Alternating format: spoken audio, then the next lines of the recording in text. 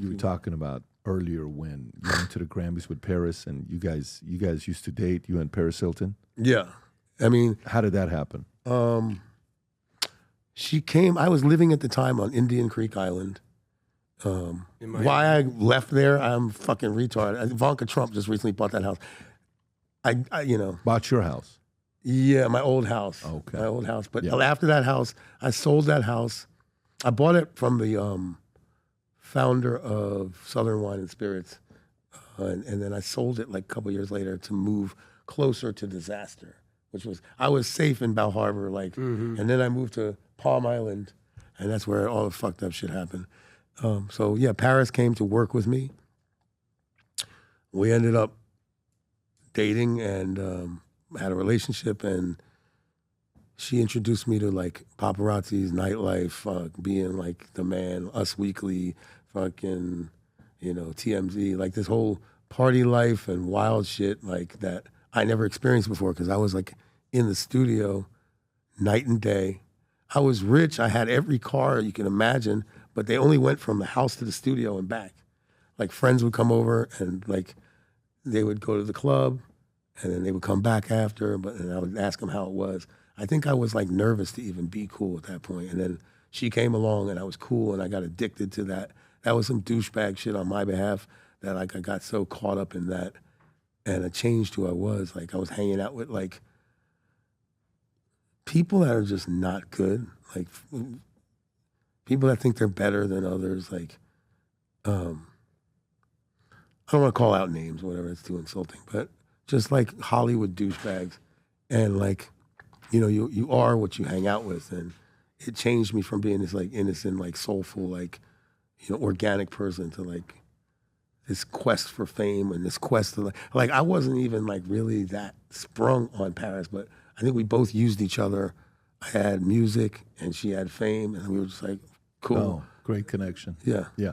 There was a story that came out, a video that was shown saying back in the days when Kim K was Paris Hilton's assistant. Yeah. Was it true? Was Kim K Paris's assistant? Yeah, she used to sleep in my guest room. Yep.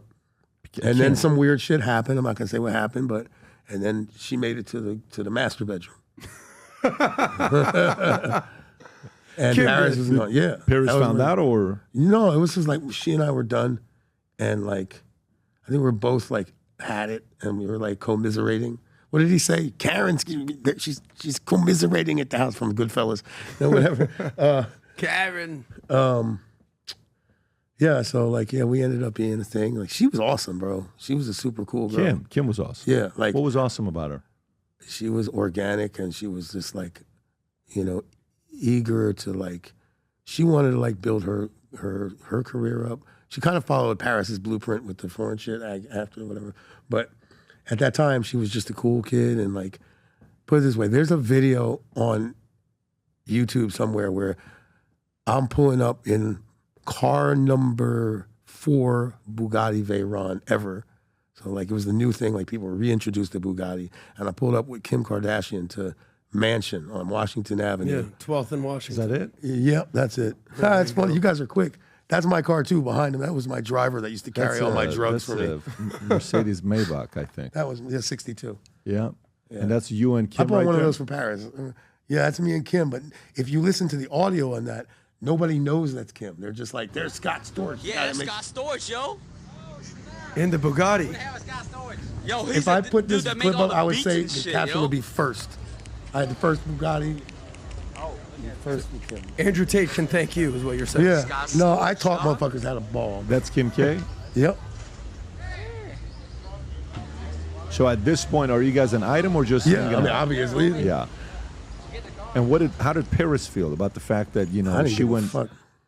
No, how did Paris feel? What did this do to her relationship with Kim? It didn't help. It was done already. Oh, it was done already. At that point, yeah. Got it. Like all fake shit, dude. I'm gonna stop. I have so many sub stories within that would have you like, if I told them, but it's just like, yeah, Kim was abused like by that friendship, taunted, because she was so hot. I guess there was maybe jealousy or something. Who was so hot? Kim. Kim was hot. Yeah, she was. Was it more physically hot, or her energy, her spirit, her everything? thing. Her mom was hot, like that, you know, like she was dope, like back in the day. Like she just, that family, you know, they was cool. But she's like, she was at a low point, like too, and so it was like some guy that she was with, like I think like blew her inheritance or something at that point, like that she got, and one of her dudes, like she was like taking punches, but she said, "Fuck it, I'm gonna go there," and she did it, and then she had the last laugh. She definitely did have the last laugh, and she's The still shit. laughing. How's the relationship today with you and Kim and Paris? I'm cool with everybody, man. Like, I don't know, maybe not after this interview. No, but I just recently spoke to Kim not long ago, and you know, laughed about, you know, old times and shit. But yeah, she's hella cool. She's still. Yeah. She's been through a lot, man. Like that marriage with that fucking retard, bro. I can imagine that takes its toll. Because I know other people that have dated him too. One of them's Amber Rose, who's like a fucking amazing person.